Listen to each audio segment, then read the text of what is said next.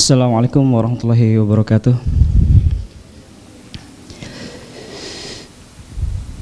Alhamdulillahilladzi 'asama al-quluba minadh dhalali wa masaribi tafaha. Ahmaduhu subhanahu wa ashkuruhu ala kulli khairin wa fadlin wa ziyadah. Wa asyhadu an la ilaha illallah wahdahu la syarikalah. Ghamara nufusa bil imani was sa'adah. Wa asyhadu anna sayyidana wa nabiyyana Muhammadan abduhu wa rasuluh. Al-qudwatul musla fil hukmi wal qiyadah. Sallallahu alaihi wa ala alihi wa ashabihi alladhina qadul ummata lirriyadati wasiyadah. Allahumma salli wa sallim wa barik wa zid wa an'im ala nabiyyika wa rasulika Muhammad wa ala alihi wa ashabihi ajma'in. Alhamdulillah, kita bersyukur kepada Allah Subhanahu wa taala yang masih memberikan kepada kita kekuatan untuk bisa mengamalkan, mengerjakan puasa ini. Kita sudah sampai di hari yang ke-23. Mudah-mudahan amal puasa yang kita kerjakan betul-betul dibangun di atas keimanan dan betul-betul mengharapkan pahala kepada Allah Subhanahu wa taala sehingga nantinya menghasilkan ampunan dosa sebagaimana yang sudah dijanjikan oleh Allah di dalam sabda Rasulullah sallallahu alaihi wasallam, "Man shoma ramadhana imanan wa ihtisaban, ghufira lahu ma taqaddama min dzambih." Begitu pula amal qiyamul lail kita, salat tarawih.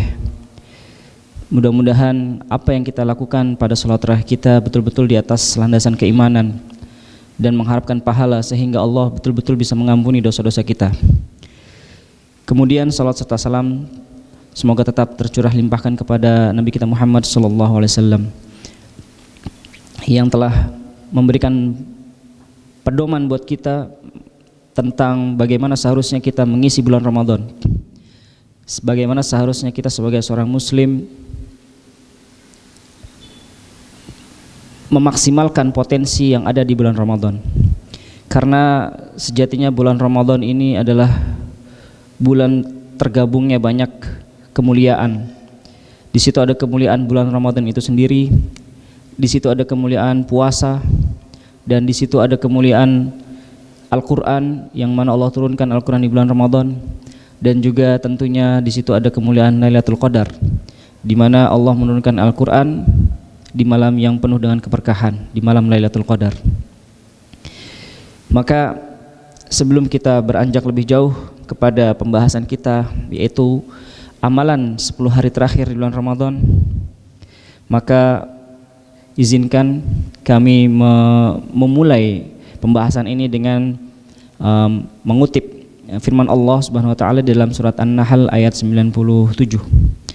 Allah Subhanahu wa taala berfirman, "Man 'amila shalihan min dzakarin aw unsa wa huwa mu'min, falanuhyiyannahu hayatan thayyibah wa lanajziyannahum ajrahum bi ahsani ma kanu ya'malun." Di sini Allah Subhanahu wa taala berfirman, barang siapa yang mengerjakan amal soleh, baik itu dari laki-laki maupun perempuan, dan dia adalah seorang yang beriman, maka akan kami berikan kepadanya kehidupan yang baik di dunia. Akan kami tuntun dia kepada kehidupan yang baik di dunia, dan akan kami beri balasan terhadap apa yang mereka kerjakan dengan balasan yang lebih baik dari apa yang mereka kerjakan di akhirat kelak berupa surga. Di sini Allah Subhanahu wa taala memberikan sinyalemen kepada kita bahwa di dalam kehidupan ini sejatinya kita sebagai manusia itu menginginkan terjadinya kebahagiaan. Kita menginginkan hidup di dunia ini bahagia, begitu juga kebahagiaan di akhirat kelak. Maka di sini Allah Subhanahu wa taala memberikan kuncinya bagaimana kita bisa menggapai kehidupan yang bahagia baik di dunia maupun di akhirat. Kuncinya adalah ada dua, iman dan amal soleh. Di dalam ayat Allah Subhanahu wa taala berfirman, "Man 'amila shalihan", barang siapa yang mengerjakan amal soleh, perbuatan baik, min zakarin au unsa, baik itu laki-laki atau perempuan. Laki-laki, perempuan, semua sama di mata Allah. Mau dia laki-laki kecil besar, kaya miskin, siapapun dia, atau perempuan kecil besar, kaya miskin, siapapun dia. Intinya dia adalah orang yang melakukan perbuatan baik, amal soleh, tetapi dengan catatan wa huwa mu'min, dan dia adalah atau dilandasi dengan keimanan. Dia adalah seorang yang beriman. yang mengerjakan perbuatan soleh, amal soleh, apapun bentuk amal soleh. Dan kita di bulan Ramadan ini banyak aktivitas amal soleh yang bisa kita kerjakan. Iman dan amal soleh ini adalah kunci kebahagiaan. Apa kata Allah? Falanuhyiyannahu hayatan thayyibah. Akan kami tuntun dia kepada kehidupan yang baik di dunia. Jamaah, kita hidup butuh yang namanya bimbingan dari Allah Subhanahu wa taala. Ketika kita hidup, Allah yang bimbing langsung kehidupan kita, kita tidak akan sengsara. Kita tidak akan tersesat. Kita tidak akan merasakan takut. Kita tidak akan merasakan kemiskinan, kepayahan, kegundahan, kesulitan apapun bentuknya selama Allah yang membimbing kehidupan kita. Di situ Allah memberikan janji, akan kami bimbing dia pada kehidupan yang baik di dunia. Catatannya adalah melakukan amal soleh yang dilandasi dengan keimanan. Di dunia Allah bimbing dia kepada kehidupan yang baik, kepada takdir yang baik. Di akhirat balasannya adalah surga. Karena balasan yang baik di akhirat tidak lain adalah surga. Tidak ada balasan yang lebih baik lagi daripada surga. Maka ketika kita hidup di dunia ini, kita jadikan prioritas utama dalam kehidupan kita adalah iman dan amal soleh. Kita perbaiki hubungan kita kepada Allah dan juga kita perbaiki hubungan kita kepada sesama manusia. Hablum minallah wa hablum minan nas. Ketika dua hubungan, sinyal, koneksi yang ada ini kita jaga, sejatinya kita tidak akan merasakan kepayahan dalam hidup. Kita tidak merasakan sesat. Kita menjadi terarah hidup kita. Ketika apapun yang menimpa kita, kita bisa bawa dia kepada syukur ataupun sabar. Karena sejatinya iman komposisinya adalah sabar dan syukur. Makanya tadi disebutkan, barang siapa yang melakukan amal soleh, baik laki perempuan, Allah tidak membeda-bedakan, mau laki mau perempuan, tidak ada gender di situ. Siapapun dia, kaya miskin, pemimpin, atasan bawahan, siapapun, tidak ada bedanya di mata Allah. Yang penting dia melakukan amal soleh, dilandasi dengan keimanan, akan kami bimbing dia kehidupan yang baik di dunia dan juga di akhirat balasan surga menantinya. Maka yang jadi prioritas kita dalam hidup adalah kita perbaiki hubungan kita kepada Allah dan kepada sesama manusia. Hablum minallah dan hablum minan nas.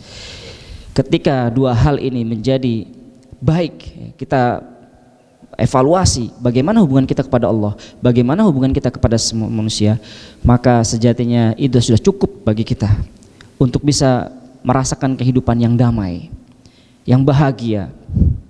Mungkin bagi jamaah yang pernah melakukan ibadah umroh masih teringat dengan doa ketika pertama kali melihat Ka'bah. Allahumma antas salam wa minkas salam fahayyina rabbana bisalam. Kita memohon kebahagiaan karena sejatinya pemilik kebahagiaan adalah Allah. Allahumma antas salam, ya Allah engkau adalah pemilik kebahagiaan. Wa minkas salam, dan kebahagiaan itu berasal dari engkau. Fahayyina rabbana bisalam, maka hidupkanlah kami, ya, bimbinglah kami kepada kehidupan yang penuh dengan kebahagiaan.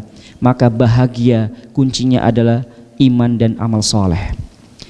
Di situ dikatakan amila solihan, apapun bentuk amal soleh. Tentunya amal soleh yang diridhoi oleh Allah adalah amal soleh yang berlandaskan ikhlas dan mutabaah kepada Rasul. Setiap amal ibadah kita harus berlandaskan ikhlas dan juga mutabaah, harus ada tuntunannya. Man amila soliha, ya, barang siapa yang mengerjakan amal soleh. Siapapun manusia sejatinya ketika melakukan perbuatan baik, maka dia akan mendapatkan balasan dari perbuatan baiknya, tetapi di dunia saja. Di ayat ini Allah tambah wa huwa mu'min, dan dia adalah kategori orang yang beriman. Maka dua ganjarannya, kehidupan baik di dunia dan juga surga di akhirat. Kalau orang kafir, waliyadzubillah, mungkin mereka akan melakukan perbuatan baik ketika bermuamalah dengan sama manusia. Mereka akan mendapatkan, ya, balasan dari perbuatan baik mereka, tetapi hanya di dunia. Di akhirat, apakah surga tempat kembali mereka? Belum, tidak, bukan. Oleh karena itu ayat ini sudah lengkap, ya. Sudah kita tidak usah berpaling daripada dua kunci kebahagiaan, iman dan amal soleh. Man amila salihan min dzakarin aw unsa wa huwa mu'min falanuhyiyannahu hayatan thayyibah wa lanajziyannahum ajrahum bi ahsani ma kanu ya'malun. Kemudian yang kedua mengutip bahwasannya Rasulullah SAW ketika memasuki 10 hari terakhir di bulan Ramadan, ada 3 hal besar yang dilakukan oleh Rasulullah SAW. Beliau yang pertama mengencangkan tali sarungnya, syadda mi'zarah. Sering atau sudah banyak kita dapatkan ya video-video ini mungkin di WA kita ya, berseliweran. Syadda mi'zarah, mengencangkan tali ikat pinggangnya, berarti bersungguh-sungguh ya, memfokuskan ibadah hanya kepada Allah, mengurangi aktivitas keduniaan. Beliau Rasulullah adalah seorang pemimpin, presiden, memiliki tanggung jawab yang besar kepada umat. Seabrek permasalahan beliau bisa selesaikan, tetapi di tengah-tengah kesibukan beliau masih menyempatkan waktunya untuk memfokuskan diri untuk beribadah di 10 hari terakhir di bulan Ramadan. Rasulullah SAW tidak pernah melewatkan dalam hidupnya untuk tidak beriktikaf selama di bulan Ramadan. Karena memang ibadah puasa di bulan Ramadan yang dijalani oleh Rasulullah itu cuma 9 tahun. Karena puasa Ramadan itu disyariatkan ya baru pada tahun kedua Hijriyah, sehingga Rasulullah semasa hidupnya melaksanakan puasa di bulan Ramadan 9 kali. Dan selama itu pula Rasulullah tidak pernah melewatkan untuk tidak pernah beriktikaf, alias beriktikaf terus. Bahkan di tahun terakhir sebelum Allah mewafatkan beliau, Rasulullah SAW, beliau beriktikaf selama 20 hari terakhir di bulan Ramadan. Maka salah satu amalan ya, yang akan kita sampaikan nanti yang bisa kita lakukan di 10 terakhir di bulan Ramadan adalah iktikaf. Baik, amalan yang ada di 10 hari terakhir di bulan Ramadan yang bisa kita lakukan adalah memperbanyak membaca Al-Quran ya, iktikaf, kemudian memperbanyak sholat malam, memperbanyak doa ya, ad-doa, memperbanyak zikir, memperbanyak sedekah. Ada 6. Nanti akan kita buat simple, kita buat kayak tabel ya, agar amalan ini bisa kita lakukan sekaligus dalam satu waktu. Memperbanyak membaca Al-Quran, iktikaf, kemudian memperbanyak sholat malam, memperbanyak doa, zikir atau istighfar, dan sedekah. 6. Baik, Rasulullah ketika masuk kepada 10 hari terakhir mengencangkan tali sarungnya, kemudian membangunkan ya, wa ahya ya, menghidupkan malamnya, alias beliau tidur tidak lama di malam hari. Beliau lebih mementingkan untuk bermunajat ya, bertakarrub, bermesra-mesraan dengan Allah di malam hari, alias waktu malamnya betul-betul bisa maksimal hanya fokus kepada Allah. Karena memang bulan Ramadan ini dan 10 hari terakhir ini spesialnya memang di malam hari. Wal fajr walayalin ashar, dan malam-malam yang 10. Jadi memang bulan Ramadan ini spesial yang paling terakhir adalah di malamnya, karena kita memang betul-betul ingin mengincar daripada Lailatul Qadar, malam Lailatul Qadar yang lebih mulia daripada 1000 malam. Masya Allah, seharusnya ketika kita sudah tahu kita sedang berada di penghujung daripada Ramadan, kita seharusnya bersungguh-sungguh. Kita bukan malah terlena, tidak seperti kebanyakan manusia mungkin sudah nyerah mungkin ya, bahkan ya. Oleh karena itu ketika kita sudah merasa diri kita sudah kita sudah mau nyerah, kita langsung kembali istighfar kepada Allah, meminta kekuatan kepada Allah. Karena istighfar ini salah satu wasilah, sarana untuk kita mencari kekuatan. Kita beristighfar kepada Allah. Mungkin karena dosa yang kita lakukan akhirnya kita tersibukkan dengan dunia, padahal ini sudah 10 hari terakhir. Seharusnya 10 hari terakhir ini kita betul-betul harus fokus kepada Allah beribadahnya. Syadda mi'zarah wa ahya lailah wa aiqadha ahlah. Rasulullah menghidupkan malamnya dan membangunkan istrinya, keluarganya, diajak, ayo ini malam terakhir dari Ramadan, ini bulan yang mulia, ini kita masih berada di bulan Ramadan, pembebasan api neraka masih berlangsung, pintu surga masih terbuka, pintu neraka masih tertutup, syaitan masih terbelenggu, yang ada syahwat kita ya, yang tersisa tinggal kita dan diri kita dengan syahwatnya. Sejatinya peperangan itu antara diri kita dengan syahwat kita. Lebih mudah memang daripada bulan-bulan yang lain di bulan Ramadan, karena di bulan yang lain tidak ada jaminan ya, syaitan mengganggu kita terus. Di bulan Ramadan tidak ada syaitan itu. Sehingga yang ada, kalau kita ingin melihat siapa diri kita sesungguhnya, lihatlah di bulan Ramadan, karena yang tersisa adalah dia dan nafsunya. Betul-betul akan terasa, ini loh fulan yang sesungguhnya di bulan Ramadan. Masya Allah. Jadi di bulan Ramadan ini kita masih berada dalam wilayah di mana Allah masih membuka dengan lebar-lebar pembebasan dari api neraka. Utaqa minan nar. Setiap hari, setiap malam Allah membebaskan hambanya dari api neraka setiap hari, setiap malam. Tidak di 10 hari terakhir saja sebagaimana yang mungkin beredar di tengah-tengah kita. Padahal hadis ini kalau ditelusuri lemah sanadnya. Pembagian Ramadan 10 pertama, 10 kedua, 10 ketiga. 10 pertama rahmat, 10 kedua maghfirah, 10 ketiga pembebasan api neraka, itqa minan nar atau utaqa minan nar. Padahal ini adalah hadis yang tidak bisa dijadikan rujukan. Ya. Yang betul adalah setiap hari mulai dari awal Ramadan tanggal 1 sampai nanti selesai Ramadan berlaku itu Allah membebaskan hambanya dari api neraka. Maka kita masih berada di Ramadan, masih berada di bulan Ramadan ini, masih ada 7 hari. Ingat, 10 hari terakhir itu adalah hari-hari di mana kita mencari Lailatul Qadar. Cari di malam yang ganjil ataupun genap sama saja. Kalau ini adalah tanggal 23, nanti malam tanggal 24, kalau kita hitung dari belakang berarti masih tanggal yang masih tersisa 7 hari. Berarti ini adalah sebenarnya ganjil juga gitu. Meskipun kalau kita ngitung dari depan ini malam genap, malam ke-24. Kalau dari belakang tinggal 7 hari lagi tersisa, berarti kan ganjil. Jadi mau ganjil mau genap, kita upayakan maksimal dalam beribadah kepada Allah. Rasulullah SAW sudah memberikan janji di dalam hadis qudsi. Allah Subhanahu wa taala berfirman, "Ya ibadi tafarraq li ibadati." Wahai hambaku, fokus kalau ibadah itu, kata Allah. Kalau ibadah kepadaku fokus. Kenapa? Karena akan aku beri 2 hal.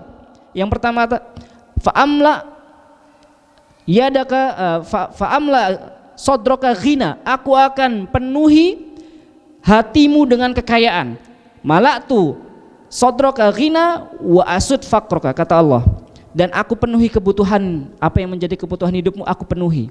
Tetapi sebaliknya, wa illam taf'al malaktu yadaka syugla walan asud faqroka, dan aku penuhi tanganmu dengan kesibukan dan kebutuhan hidupmu tidak aku penuhi. Jadi kalau kita beribadah, kita upayakan bersungguh-sungguh, fokus ketika ibadah. Inti dari ibadah kita menginginkan khusyuk dalam ibadah.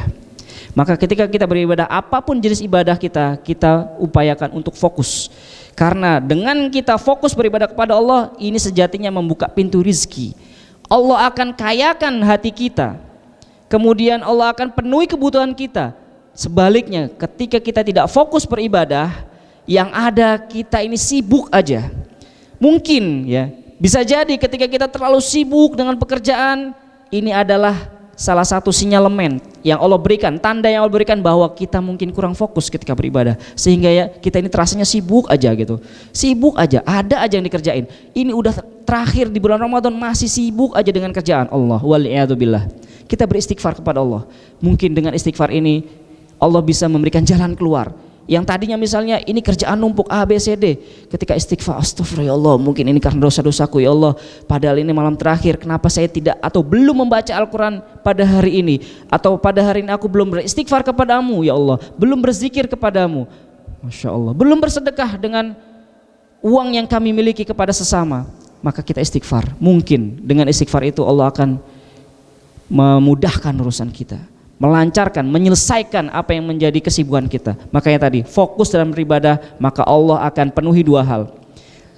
Hati kita menjadi kaya, kemudian Allah penuhi kebutuhan kita. Baik, jamaah yang dirahmati Allah, karena waktu kita terbatas, maka amalan yang bisa kita lakukan di 10 hari terakhir di bulan Ramadan ini adalah yang pertama, memperbanyak membaca Al-Quran. Jelas, Al-Quran adalah petunjuk, cahaya, obat. Dengan Al-Quran Allah akan mengangkat derajat kita. Dengan Al-Quran Allah akan memberikan syafaat buat kita. Banyak keutamaan atau keistimewaan Al-Quran yang bisa kita baca, yang bisa kita pelajari.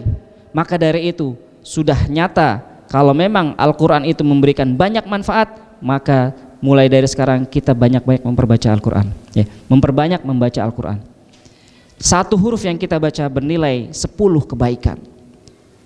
Kita baca alif lam mim sudah ada 3 huruf, kita sudah mendapatkan kebaikan sebanyak 30. Tetapi ingat, kebaikan itu hanya Allah yang tahu, ya. Itulah bedanya. Ketika kita melakukan kesalahan, kita tahu ini salah, langsung tercatat sebagai sebuah kesalahan. Tapi kalau kita melakukan kebaikan, apakah otomatis langsung diterima oleh Allah?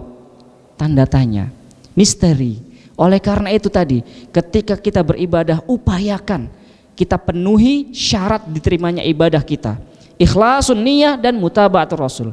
Ikhlas kepada Allah, ibadah ini hanya untuk Engkau ya Allah. Apapun bentuk ibadah itu.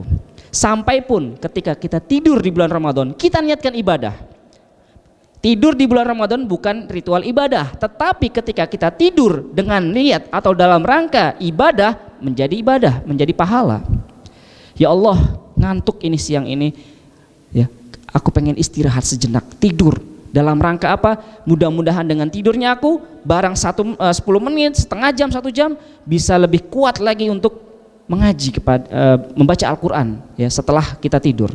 Bisa lebih kuat lagi dalam beribadah. Masya Allah. Jadi tidur pun ketika kita niatkan ibadah berbuah pahala. Jadi sejatinya apapun yang kita kerjakan ini kalau kita niatkan ibadah berbuah pahala. Masya Allah. Membaca Al-Quran adalah sebaik-baik zikir. Ala bidzikrillahi tatmainnul qulub. Dengan berzikir hati menjadi tenang, dan sebaik-baik zikir adalah membaca Al-Quran. Membaca surat cinta dari Allah. Masya Allah. Al-Quran adalah surat cinta dari Allah buat kita. Ketika kita baca, kita mendapat pahala. Kita membaca ayat Al-Quran, mata kita tertuju kepada barisan huruf-huruf hijaiyah, dan ini sudah membuat kita menjadi tentram. Obat sejatinya buat mata kita, buat hati kita. Karena memang Al-Quran ini adalah syifa, obat.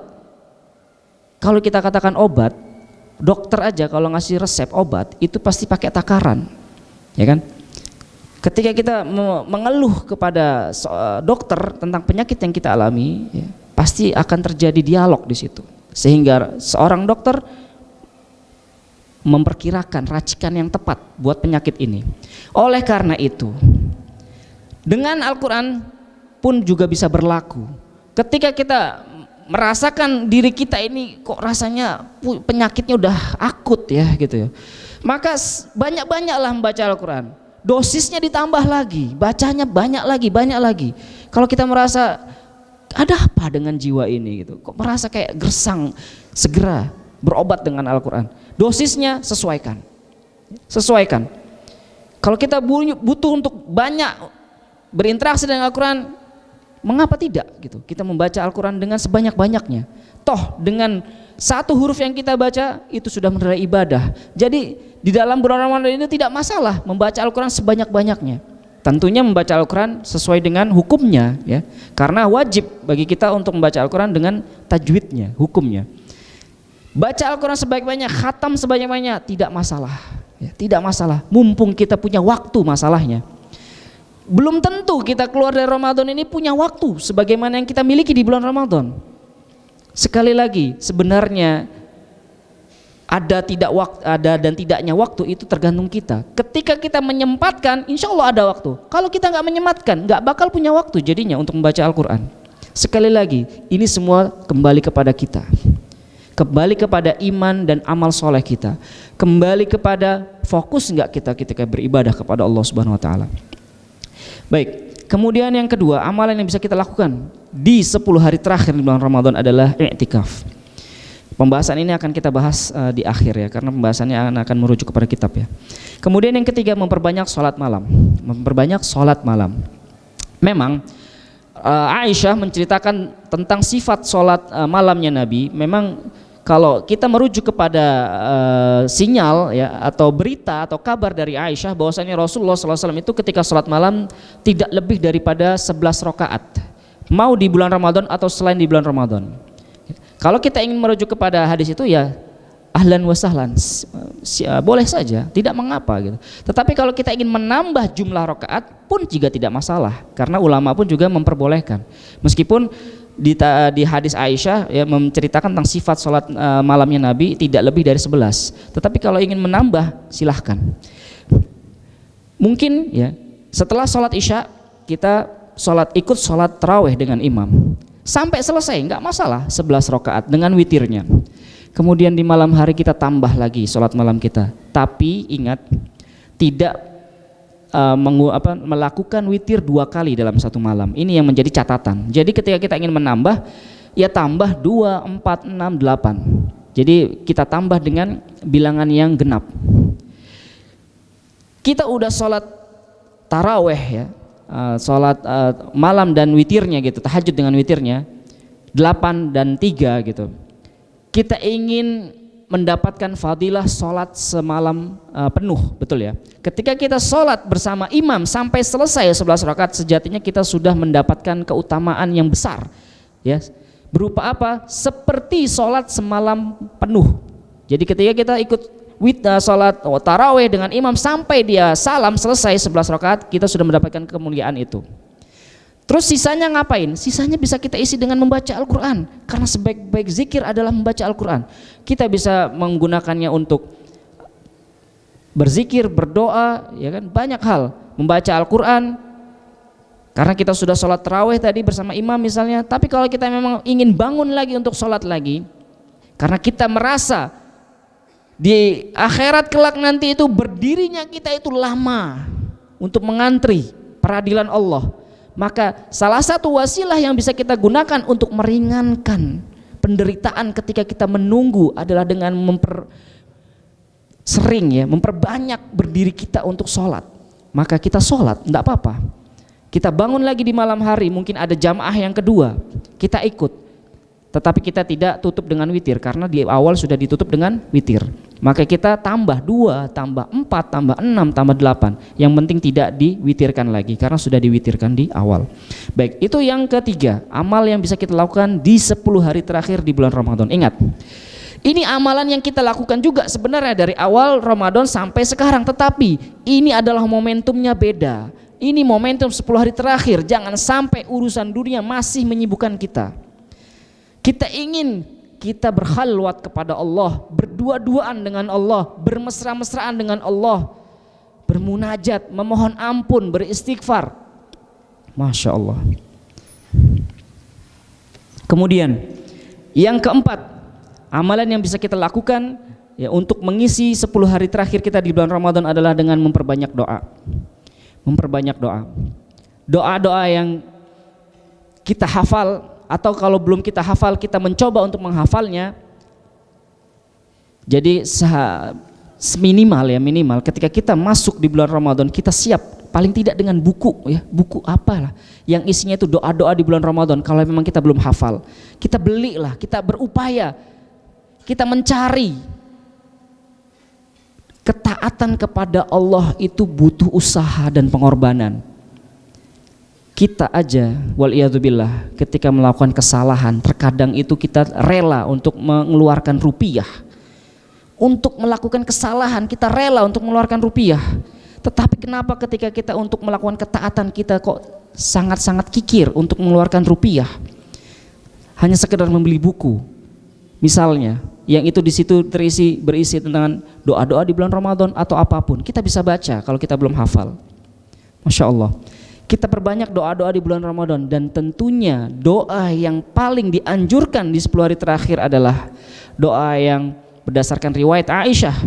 Ketika Aisyah berdialog dengan Rasulullah SAW, dengan suaminya tercinta, wahai Rasulullah, hendaknya atau apa ya kira-kira doa yang aku panjatkan kepada Allah ketika misalnya ini malam bertepatan dengan Lailatul Qadar. Kemudian kata Rasulullah, memberikan resep ya, jawaban buat Aisyah berupa doa, Allahumma innaka afuwun tuhibbul afwa fa'fu anni. Insya Allah kita semua sudah hafal, tinggal kita mendawamkan, melazimkan, lebih menseringkan lagi membaca doa ini. Tidak mengapa, setiap sujud yang kita lakukan di sholat tarawih isinya doa itu aja. Masya Allah. Allahumma innaka afuwun tuhibbul afwa fa'fu anna.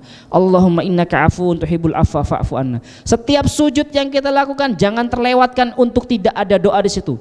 sebisa mungkin kita sisipkan doa di setiap sujud kita. Karena sujud kita ini adalah posisi yang paling dekat antara kita dengan Allah Subhanahu wa taala. Maka kita sisipkan doa di situ.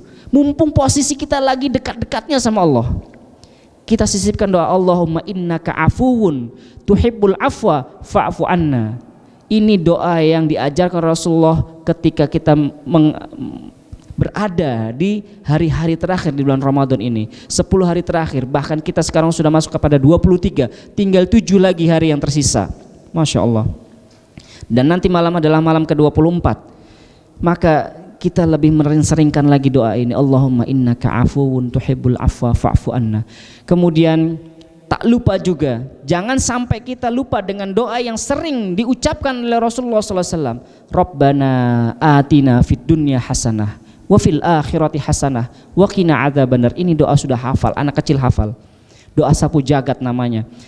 Kita seringkan baca doa ini sebelum kita selesai dari salam. Kita sisipkan doa tadi misalnya. Rabbana atina fid dunya hasanah wa fil akhirati hasanah wa qina adzabannar. Tidak mengapa kita berdoa untuk urusan dunia kita. Karena ini adalah bulan Ramadan. Setiap muslim punya satu doa yang mana akan dikabulkan oleh Allah. Bahkan beberapa doa pun bisa jadi dikabulkan oleh Allah. Intinya bulan Ramadan adalah bulan terkabulkannya doa. Tetapi jangan lupa dengan doa sapu jagat ini. Ini doa yang sering diucapkan oleh Nabi kita Muhammad SAW. Rabbana atina fid dunya hasanah wa fil akhirati hasanah wa qina adzabannar. Insyaallah dari kecil kita sudah hafal.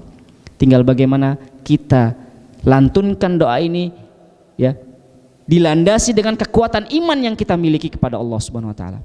Allahumma innaka afuwun, ya Allah, Engkau adalah zat maha pemaaf.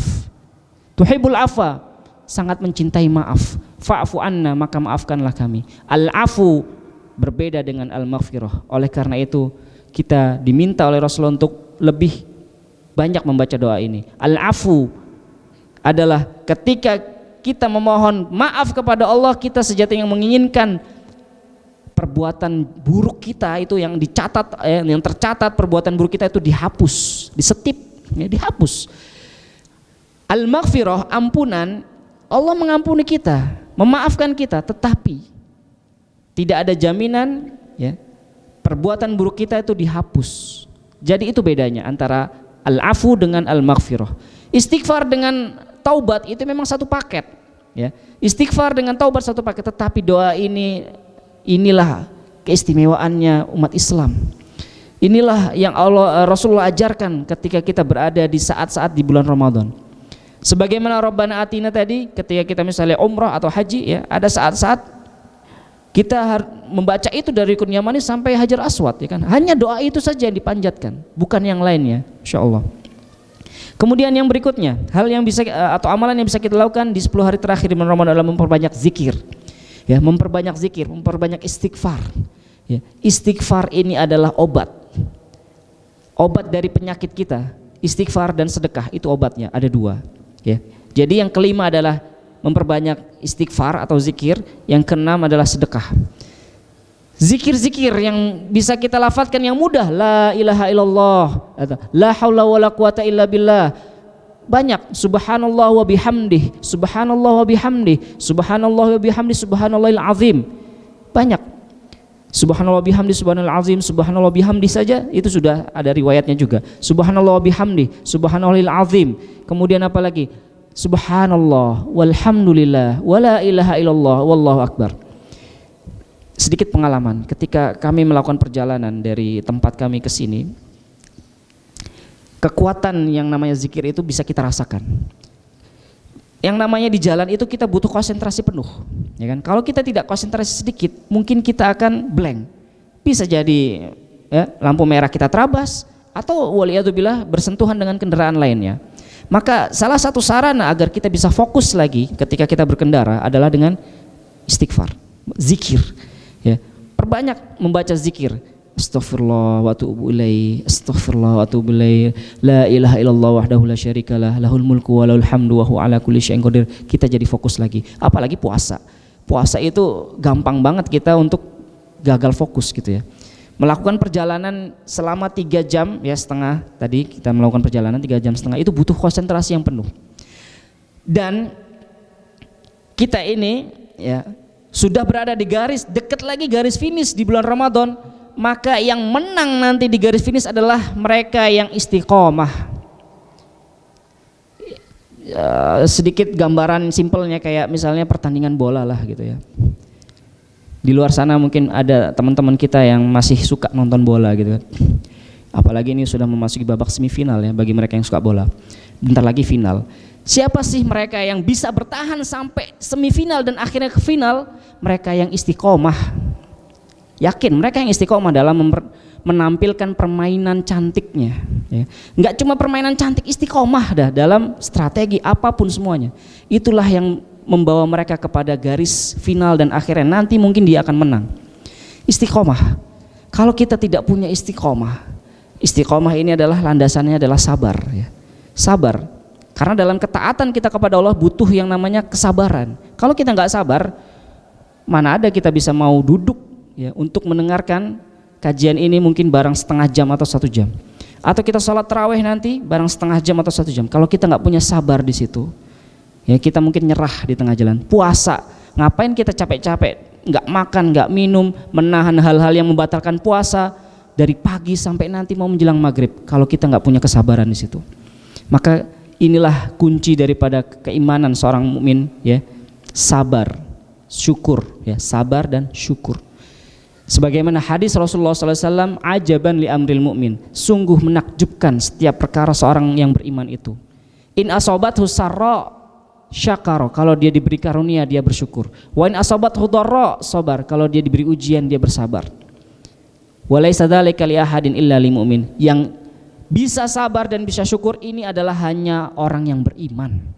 Kalau orang yang keimanannya masih dipertanyakan, ya nggak mungkin bisa dia merasakan itu sabar apa, itu syukur apa gitu. Ketika dia ditimpa musibah, kita lihat 2 orang 3 orang ya sama-sama muslim, bagaimana mereka menyikapi masalahnya gitu, menyikapi musibah yang diterima. Yang satu dia bisa bersabar ya, dia beristighfar kepada Allah, mengembalikan semuanya kepada Allah. Yang satu mungkin tidak kuasa ya untuk bisa menahan musibah yang dia alami. Sama-sama sholat ya, sama-sama sholat, satu shaf isi mungkin 50, 30 dan sekian. Setiap orang apakah sama pahalanya? Tidak. Mereka tergantung daripada kesabarannya. Sabar yang menghasilkan kepada kekhusyuan dalam sholatnya. Inti daripada sholat adalah khusyuk. Ketika dia khusyuk, dia akan berusaha fokus dalam sholatnya sehingga dia mendapatkan ketentraman dan kebahagiaan yang sejati. Masya Allah. Kemudian amalan yang berikutnya adalah sedekah. Sedekah ini menghapus dosa. As-sadaqah tudfi al-khati'ah. Sedekah ini menghapus kesalahan. Kama yudfi'ul ma'un naro, sebagaimana api memadamkan sebagaimana air memadamkan api. Sedekah juga bisa menghindarkan kita dari murka Allah dan juga dari kematian yang buruk. Jadi sedekah ini banyak fadilahnya, banyak keutamaannya, mensucikan jiwa, membersihkan harta, mensucikan jiwa. Masya Allah, banyak. Dia meredam murka Allah, dia sebagai obat daripada penyakit kita. Masya Allah, menghindarkan kita dari kematian yang buruk. Banyak fadilah atau keutamaan daripada sedekah. Satu kisah sebelum kita mengakhiri pembahasan ini. Disebutkan di Timur Tengah mungkin ya kisah ini ya. Jadi terkisah ada seorang saudagar ya, dia ini adalah seorang saudagar ya, miliarder lah gitu ya, orang yang kaya, crazy rich ya bahasa orang kita sekarang. Dia satu ketika dia merasakan di dalam tubuh dia, dalam perutnya itu tidak enak gitu ya. Akhirnya dia periksa, berobat di rumah sakit di negaranya. Dia nggak puas, dia berobat ke luar negeri ya, di luar negaranya, di luar negeri. Kemudian intinya adalah divonis oleh dokter kena kanker dia. kanker apa, usus atau apa gitu. Oke. Dan divonis mungkin hidupnya nggak lama gitu ya, hidupnya nggak lama. Akhirnya dia izin sama dokter, dok saya izin, saya mau balik dulu ke negara saya mau mengurus semua hal yang bisa menjadi urusan saya. Nanti kemudian saya balik lagi untuk periksa lagi. Oke. Dia balik, izin sama dokternya, balik ke negaranya, dia ya menyampaikan hasil daripada pemeriksaan tadi, mengurus pekerjaannya, keluarganya dan semuanya.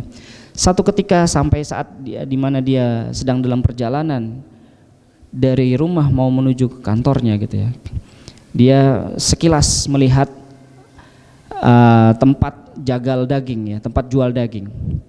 Di situ pasar daging lah gitu. Ketika sedang ramai-ramainya penjual dan pembeli, dia melihat ada sesosok perempuan berserta anaknya yang lagi mungutin sisa-sisa daging yang jatuh di bawah gitu dan tulang-tulangnya. Dia pungutin daging itu. Pandangan dia tidak beranjak daripada melihat peristiwa itu. Akhirnya dia turun menghampiri si ibu dengan anaknya tadi. Ibu, apa yang kamu lakukan? Saya mengambil ini ya, untuk bisa dimasak di rumah. Ya, kita nggak punya duit untuk beli daging. Kita cuma bisa mengutin sisa-sisa daging ini. Oke, mendengar hal itu si bapak ini akhirnya iba sekali ya Allah, menangis dalam hatinya. Dia merasakan kenikmatan ya, sementara di luar sana mungkin banyak orang-orang yang seperti ibu ini ya, yang tidak semujur hidupnya adalah seperti dia. Akhirnya dia bilang sama tukang daging, "Pak, ini duit. Ya, tolong kasih setiap hari daging buat ibu ini." Ya, ini udah disiapin duit ya untuk bisa beli daging yang nggak tahu berapa lama, pokoknya dikasih duit, sama ibunya juga dikasih duit. Bu, ini duit buat ibu. Ini daging ya sudah saya beli. Nanti setiap hari tinggal ngambil aja dagingnya. Ya udah dibayar gitu ya, udah dibayar. Akhirnya ibu itu mengucapkan terima kasih, ya Allah, terima kasih, mendoakan bapak tadi. Masya Allah. Akhirnya bapak tadi sudah pergi berlalu ya. Kemudian nggak lama tiba jadwal dia kontrol untuk kontrol lagi. Akhirnya ketika kontrol, dokternya takjub, "Bapak, apa yang terjadi? Kamu berobat kemana? Berobat ke dokter mana lagi? Kok ini setelah hasil scan nggak ada ini, kanker nggak ada, apa ini bersih, jiwa bapak sehat?" Bapaknya juga nggak percaya nih. Bener dok, jangan main-main dok, jangan, kemarin kamu bilang umur saya nggak lama gitu, kok sekarang kamu bilang nih saya sembuh. Ya Allah, akhirnya ya udah si bapak tadi cerita bla bla bla bla, dan ini adalah keajaiban daripada sedekah. Masya Allah. Sebelum kita mengakhiri pertemuan kita, sedikit kita bikin tabel ya dalam kita mengisi malam terakhir kita di bulan Ramadan. Mungkin ketika malam hari nanti kita bisa niatkan untuk itikaf ya di masjid. Itikaf tidak, kalau kita belum bisa itikaf sempurna selama 10 hari, kita bisa niatkan dari mulai kita hari ini sekarang duduk sampai nanti selesai sholat tarawih sudah bernilai itikaf. Kalau kita niatkan itikaf, malam kita niatkan itikaf, baca Al-Quran. Kalau kita udah mulai merasa capek, kita istirahat tidur, kita niatkan ibadah, bangun lagi malam, sedekah. Sedekahnya gimana? Teman saya memberikan contoh yang sangat simpel. Kalau kita nggak punya banyak duit, misal cuma punya 100.000, pecah aja deh jadi 10. Jadi setiap malam ketika kamu mau itikaf ke masjid, bawa 10.000. Terus dimasukin mana? Kotak masjid ada. Oh iya, masukin kotak masjid. Nanti sebelum misalnya subuh kita pulang untuk sahur, jangan lupa ya, kita sedekah kepada tetangga sekitar kita yang kurang beruntung. Kita kasih duit lagi atau kita kasih sembako. Insya Allah bisa seperti itu yang bisa kita lakukan. Jazakumullah khairan, apa-apa yang bisa kita sampaikan mudah-mudahan bermanfaat bagi kita karena waktu kita sangat terbatas. Jadi amalan yang bisa kita lakukan secara singkat di 10 hari terakhir adalah memperbanyak membaca Al-Quran, iktikaf, kemudian memperbanyak sholat malam, kemudian memperbanyak membaca zikir, kemudian memperbanyak membaca doa, dan juga memperbanyak sedekah. Jazakumullah khairan atas perhatiannya, mohon maaf atas kekurangannya. Kita akhiri dengan doa kafaratul majlis. Subhanakallahumma bihamdika asyhadu an la ilaha illa anta astaghfiruka wa atubu ilaik. Assalamualaikum warahmatullahi wabarakatuh.